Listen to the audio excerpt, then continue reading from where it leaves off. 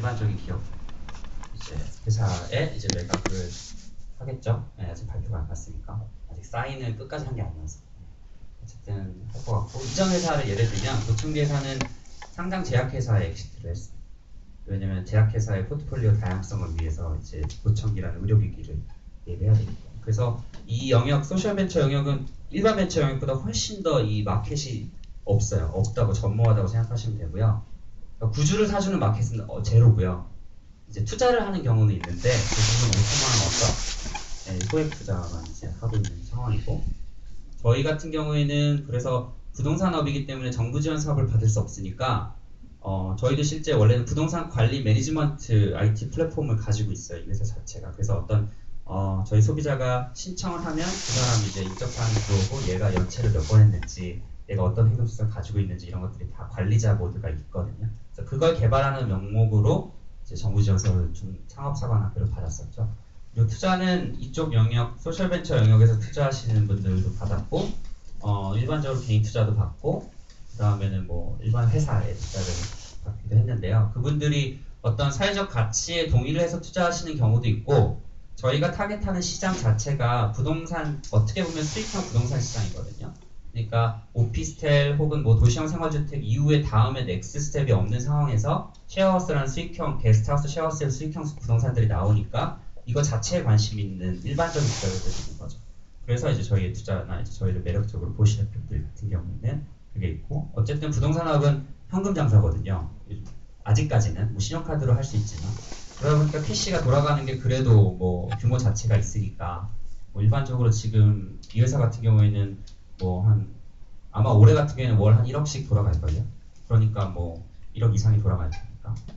그런 면에서 이제 뭐 매력적이라고 생각하시는 것 같아요. 부동산은 가장 큰 게 일반적인 산업보다 굉장히 안정적, 리스크가 굉장히 낮죠.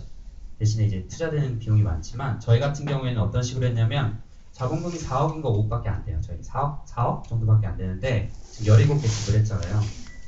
저희는 저희가 직접 임대를 하지 않습니다. 그러니까 저희가 보증금도 내지 않고요. 그 시설에 투자하는 인테리어비도 투자하지 않아요. 그걸 다 임대인이 다 부담해요, 본인 스스로가. 저희는 오로지 자산에 위탁하는 수수료만 백으로 주는 형태거든요. 그러니까 그게 가능한 이유는 지금 시장이 저금리 시장이기도 하고, 따로 이제 부동산을 관리하는 것들에 대한 불편함을 임대인들이 스스로가 가지고 있고, 자기가 보증금 5천만 원 받아봤자 은행 넣어봤자 뭐 한 달에 10만 원 받는 구조니까 의미 없고, 대신에 월세 수익성을 저희가 높여주는 거죠.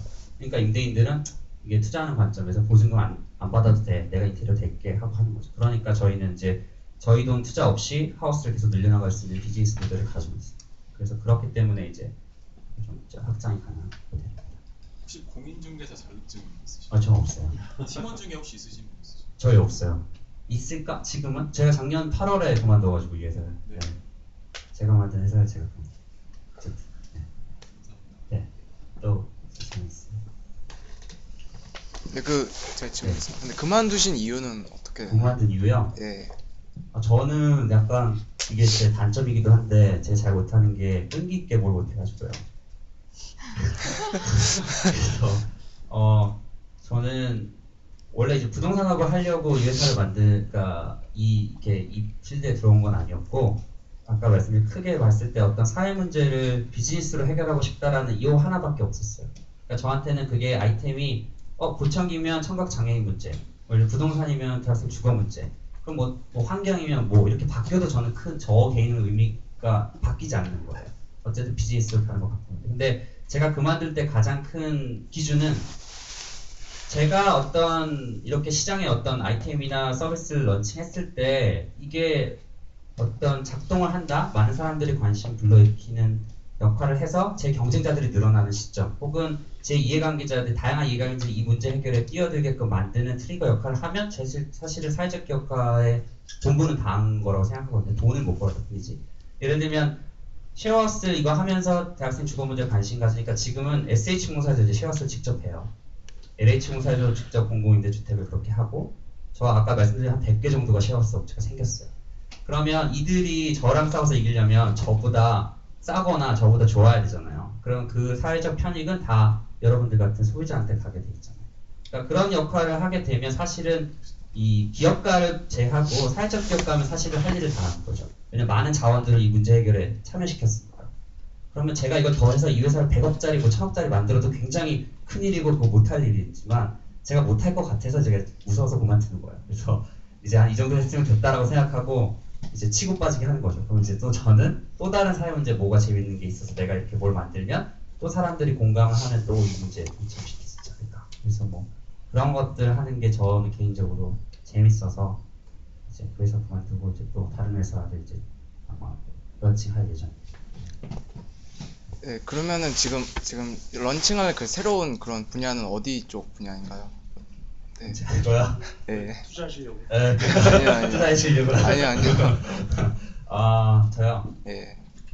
하나만 말씀드리면 아까 오토 말씀하셨는데 이게 그 부동산을 하다 보니까 그 미국이나 유럽 같은 경우는 이미 부동산 임대 시장으로 바뀌어 있는 상황이 우리처럼 분양 시장이 아니에요. 그러다 보니까 부동산 서비스 시장이 원래 발달돼 있어요. 뭐 예를 들면 여러분들 상상할 수 있는 뭐 세탁, 청소, 뭐 여러분들 관리사무소에서 하는 역할들 플러스 뭐 세차 서비스 같은 거나 뭐 어떤 하우스키핑 서비스나 뭐 이런 것들이 굉장히 모바일 하나로 오토로 다 신청할 수 있거든요. 그런 서비스들이 굉장히 커 있어요. 뭐 예를 들면 미국의 홈조이나 뭐 핸디나 뭐 이런 것들이 있죠. 근데 우리나라는 임대 시장으로 전환된 지가 작년부터라서 실제 아직 그 시장이 개화하진 않았는데 그 시장이 열릴 거라고 보고 있어요. 그래서 그거 준비하는 플랫폼 비즈니스 하고 있고 궁극적으로 제가 하고 싶은 건 여러분들 개개인한테 그걸 파는 게 아니라 LH청사나 SH청사의 번들로 파는 거죠. 그러면 주거의 소외계층들은 어차피 주거생활 서비스를 구매할 구매력이 없기 때문에 정부의 재원 가지고 그것들을 아예 번들로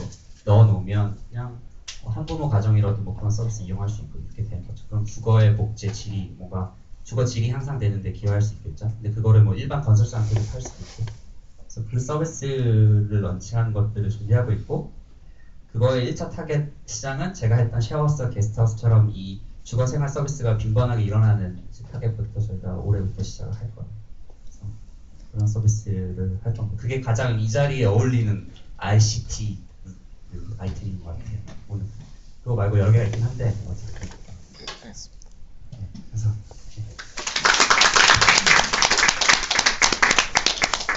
네, 다음으로 이제 유선종 대표님께서 가장 오셨습니다. 박수 모시겠습니다.